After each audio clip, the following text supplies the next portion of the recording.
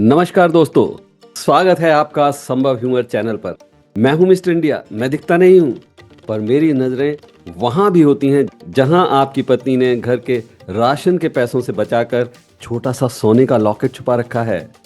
दोस्तों, आज हम उस पीली बीमारी की बात करेंगे जिसे देखकर अच्छे अच्छों की लार टपक जाती है।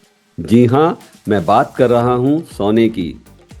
आजकल गोल्ड ऐसे छलांग लगा रहा है जैसे उसे ओलंपिक में उसेन बोल्ट को पीछे छोड़ना हो। रेट ऐसे बढ़ रहे हैं जैसे किसी ने सोने को कॉम्प्लान पिला दिया हो। पिछले दिनों सोने ने ऐसी छलांग लगाई कि लगा सीधा चांद पर जाकर लैंड करेगा, और आम आदमी को लगा अब गहने खरीदने के लिए किडनी नहीं, सीधा आत्मा गिरवी रखनी पड़ेगी। हालांकि ये फिर थोड़ा गिरा भी, लेकिन ये गिरना वैसा ही है जैसे लंबी रेस में सांस लेना। ऐसे में प्रधानमंत्री मोदी जी ने अपील की है, भाइयों और बहनों, कम से कम 1 साल तक सोना मत खरीदना। मोदी जी ने यह बात देश हित में कही है, लेकिन गृह शांति हित। अपने घर की गृह मंत्री का चेहरा देखा है आपने? उनकी डिक्शनरी में सोना निवेश नहीं, ऑक्सीजन है। यहां पत्नियां कह रही हैं, अगर इस साल हार नहीं आया तो घर की शांति पर इंटरनेशनल बैन लग जाएगा, शीत युद्ध ओपन वॉर में बदल जाएगा। क्योंकि आपकी होम मिनिस्ट्री के लिए सोना डेड मनी नहीं, वो तो एक सोशल वेपन है जिसे पहनकर वो पड़ोस वाली शर्मा आंटी को बिना बोले हार्ट अटैक दे सकती हैं। वैसे लोग पूछते हैं, अगर सोने की खरीद पर रोक लग ही जाए तो क्या होगा? क्या औरतें खूबसूरत दिखना बंद हो जाएंगी?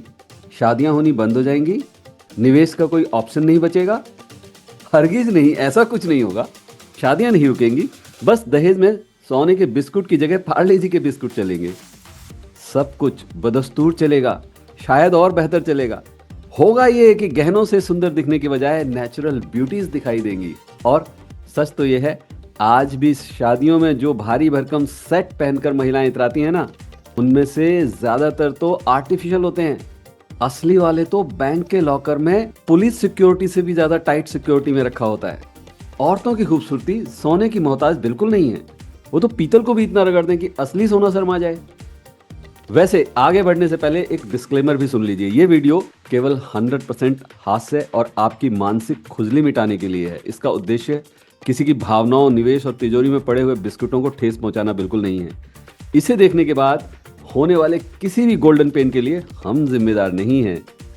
अब देखिए, हम अपनी पूरी जिंदगी उस चीज को इकट्ठा करने में लगा देते हैं जिसे हम मरते वक्त साथ भी नहीं ले जा सकते, और जिस पर लोग कहते हैं सोना मुसीबत में काम आता है।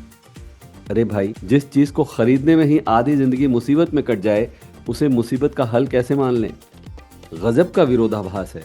आप सोना खरीदते हैं कि वो आपकी रक्षा करे, और फिर आप खुद उसके बॉडीगार्ड बनकर रात रात जागते हैं। घर में 2 तोले की चैन के आ जाए, आदमी चोरों से बाद में डरता है, पहले अपने सगे संबंधियों को शक की निगाह से देखता है। कहीं ये झुमके आंखों आंखों से देखकर ही गायब तो नहीं कर देगा? कहीं इसकी नजर तो नहीं लग जाएगी? ये कैसी सुरक्षा है जो आपको अपनों से ही असुरक्षित कर दे? सच्चाई ये है कि सोना एक ऐसा मुसाफिर है जो पीढ़ी दर पीढ़ी सिर्फ एक अंधेरी तिजोरी से दूसरी अंधेरी तिजोरी का सफर तय कर रहा है। परदादी ने दादी को दिया, दादी ने माँ को, माँ ने बहू को, और उसने अपनी बेटी को, और ये सिलसिला सदियों से चल रहा है। वो बेचारा हार कभी ढंग से सूरज की रोशनी भी नहीं देख पाता।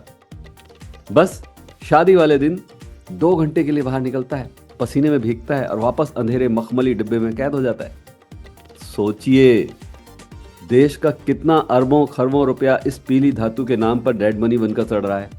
लोग खून पसीने की कमाई को पत्थर बनाकर जमीन के नीचे गाड़ देते हैं और सोचते हैं कि हम अमीर हैं। भगवान जी ऊपर बैठकर सोच रहे होंगे, बेटा मैंने तो तुम्हें ये धातु खुदाई के लिए दी थी, तुमने इसे मेरी ही मूर्ति के नीचे दबा दिया ताकि बाहर जाकर ये कह सको कि हमारे वाले भगवान तुम्हारे वाले से ज्यादा रिच हैं। एक और सच सुनिए, हमारे देश के धार्मिक संस्थानों में हजारों टन सोना ऐसा पड़ा है जैसे कबाड़ खाने में लोहा जंग खा रहा हो। आंकड़ों की माने तो भारत की धार्मिक संस्थानों के पास इतना सोना है, अगर उसे निकाल लिया जाए तो देश का सारा कर्ज खत्म हो जाए और हम मंगल ग्रह पर कॉलोनियां बसा लें। भगवान तो खुद मोह माया से ऊपर है, पर हमने उन्हें ही इन्वेस्टमेंट बैंकर बना दिया है। और एक्सपर्ट कह रहे हैं सोने का रेट इसी साल 2 लाख हो जाएगा। 2 क्या, एक दिन ये 10 लाख भी हो जाएगा। भाई साहब, फिर शादियों में दूल्हा घोड़ी पर बैठकर सोने की चेन नहीं, एक QR कोड लटकाएगा। और लोग कह रहे हैं युद्ध की वजह से रेट बढ़ रहे हैं। तो अगर आप ये चाहते हैं आपके पास रखे सोने की कीमत बढ़ जाए तो आपको दुआ करनी पड़ेगी पड़ोसी मुल्क में एक और मिसाइल फटे। कितनी विडंबना है, दुनिया बारूद में जल रही है और हम उसे पिघलाकर झुमके बनाने की सोच रहे हैं। कल्पना कीजिए अगर सरकार वाकई 10 साल का बैन लगा दे तो जो बेचारा 1 ग्राम की अंगूठी नहीं ले पा रहा वो छाती चौड़ी करके मोहल्ले में घूमेगा। भाई पैसा तो बहुत है अपने पास, पर क्या करें, कानून के हाथ बहुत लंबे हैं, वरना आज अपनी वाली को कुंदन का सेट पहना देता। और आजकल हर मध्यम वर्गीय परिवार की नेशनल डिबेट एक ये चल रही है, काश हमारे दादाजी ने 1960-1970 में 10-20 किलो सोना खरीद लिया होता। भाई साहब, तब दादाजी की तनख्वाह 50 रुपए थी और उनके पास आप जैसे 7-8 नमूने और पालने की जिम्मेदारी भी थी। हम आज की महंगाई का दोष दादाजी की दूरदर्शिता पर मढ़कर ऐसे खुश होते हैं जैसे अगर उन्होंने तब खरीद भी लिया होता तो आज हम अंबानी के पड़ोस में एक और एंटीलिया बना रहे होते। वैसे हमारे देश में सोना सिर्फ एक धातु नहीं है, ये एक इमोशन है। और सोना खरीदना अब निवेश भी नहीं है, ये एक मानसिक बीमारी ज़्यादा बन चुका है। हमें लगता है कि अगर दुनिया खत्म भी हो गई तो हम यमराज को सोने का सिक्का दिखाकर रिश्वत दे देंगे। पर सच तो यह है, असली सोना आपकी चैन की नींद है।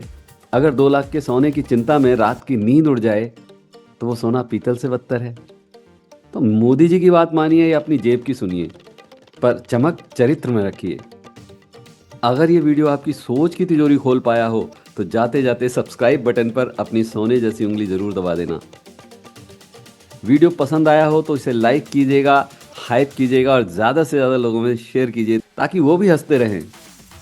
और मैं तो कहूँगा दोस्तों, सोने के सपने कम देखिए वरना जागते ही रेट का सदमा लग सकता है। धन्यवाद।